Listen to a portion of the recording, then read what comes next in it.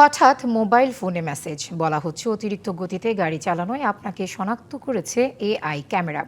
মেসেজে ঘটনার তারিখ, জরিমানার অঙ্ক ও পরিশোধের সময়সীমা উল্লেখ থাকে। পাশাপাশি কঠোরভাবে সতর্ক করা হয়, জরিমানা পরিশোধ না করলে নেওয়া হবে আইনি ব্যবস্থা।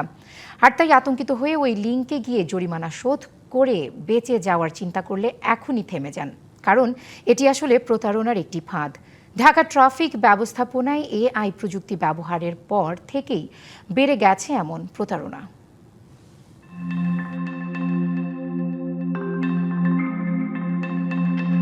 আমার কাছে সাইকেল নাই, গাড়ি নাই, মোটরসাইকেল নাই, কিছু নাই, তাহলে এআই মামলাটা কিভাবে দিচ্ছে আমাকে, কেন দিচ্ছে? সঙ্গীত শিল্পী তোফা নিজের গাড়ি নেই ড্রাইভিং লাইসেন্সও, অথচ তার মোবাইল ফোনে এসেছে এআই ক্যামেরায় ধরা পড়া ট্রাফিক আইন লঙ্ঘনের মামলার বার্তা। এমন ভুয়া এসএমএস পাচ্ছেন রাজধানীর অসংখ্য মানুষ।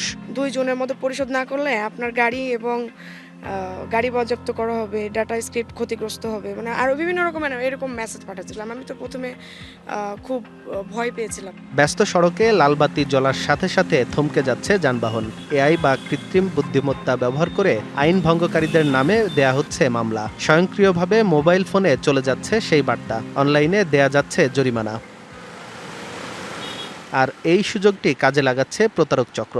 জরিমানা পরিশোধ সংক্রান্ত চূড়ান্ত বিজ্ঞপ্তি শিরোনামের ভুয়া বার্তায় লিঙ্ক পাঠাচ্ছে প্রতারকরা। এতেই ঘটছে বিপত্তি।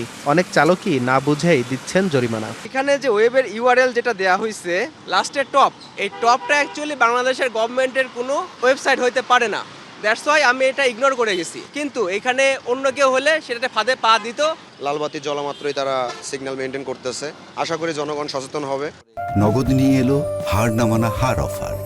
সর্বনিম্ন 10,000 টাকা রেমিটেন্স নগদে পাঠালে থাকছে স্বর্ণের হার জেতার সুযোগ।